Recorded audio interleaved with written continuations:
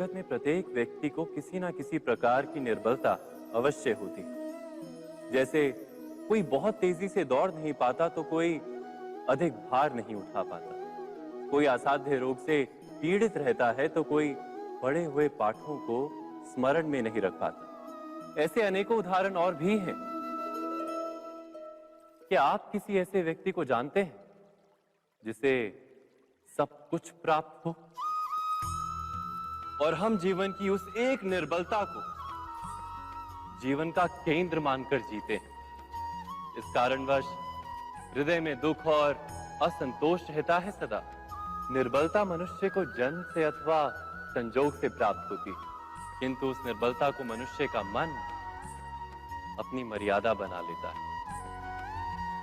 किंतु कुछ व्यक्ति ऐसे भी होते हैं जो अपने पुरुषार्थ और श्रम से उस निर्बलता को पराजित कर देते हैं। क्या भेद है उनमें और अन्य लोगों में? क्या आपने कभी विचार किया है?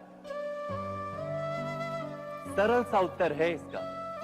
जो व्यक्ति निर्बलता से पराजित नहीं होता, जो पुरुषार्थ करने का साहस रखता है हृदय में, वो निर्बलता को पार कर जाता है।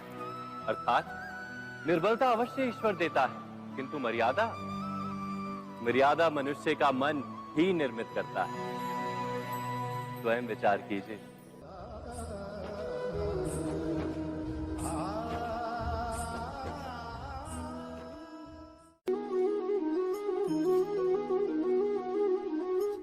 भविष्य का दूसरा नाम है संघर्ष।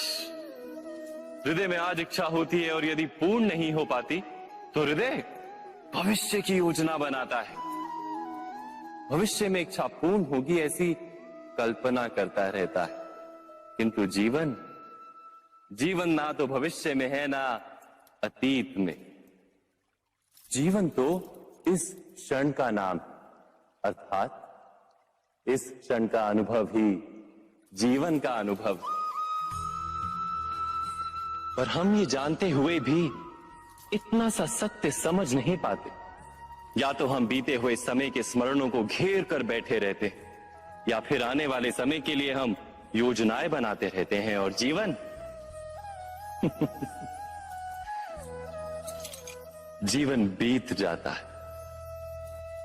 एक सत्य यदि हम हृदय में उतार लें कि ना हम भविष्य देख सकते हैं, ना ही भविष्य निर्मित कर सकते हैं, हम तो केवल धैर्य और साहस के साथ भविष्य को आलिंगन दे सकते हैं, स्वागत कर सकते हैं भविष्य का।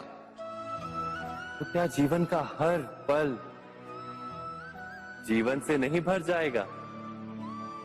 स्वयं विचार कीजिए।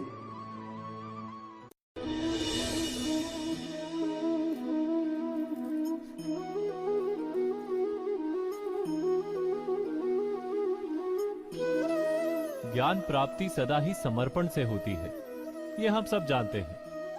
किंतु समर्पण का वास्तविक महत्व क्या है? क्या हमने कभी विचार किया? मनुष्य का मन सदा ही ज्ञान प्राप्ति में विभिन्न बाधाओं को उत्पन्न करता है। कभी किसी अन्य विद्यार्थी से ईर्ष्या हो जाती है, कभी पढ़ाए हुए पाठों पर संदेह जन्मता है और कभी गुरु द्वारा दिया गया दंड मन को अहंकार से भर देता है। नहीं, क्या ऐसा नहीं होता?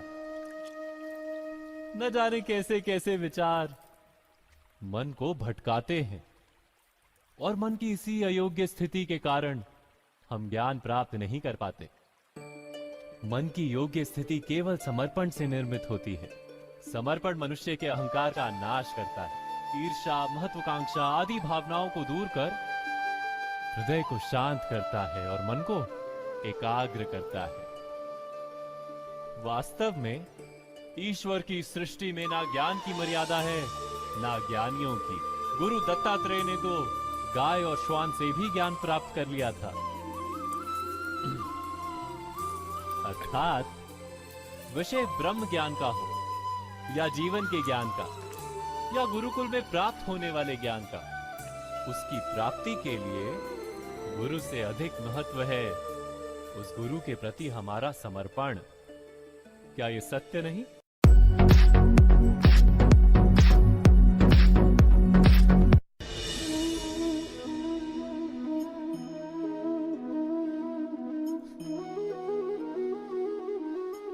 जगत में प्रत्येक व्यक्ति को किसी ना किसी प्रकार की निर्बलता अवश्य होती है। जैसे कोई बहुत तेजी से दौड़ नहीं पाता तो कोई अधिक भार नहीं उठा पाता, कोई असाध्य रोग से पीड़ित रहता है तो कोई पढ़े हुए पाठों को स्मरण में नहीं रख पाता। ऐसे अनेकों उदाहरण और भी हैं। क्या आप किसी ऐसे व्यक्ति को जानते हैं जिसे सब कुछ प्राप्त हो और हम जीवन की उस एक निर्बलता को जीवन का केंद्र मानकर जीते हैं? इस कारणवश हृदय में दुख और असंतोष रहता है सदा। निर्बलता मनुष्य को जन्म से अथवा संजोग से प्राप्त होती है, किंतु उस निर्बल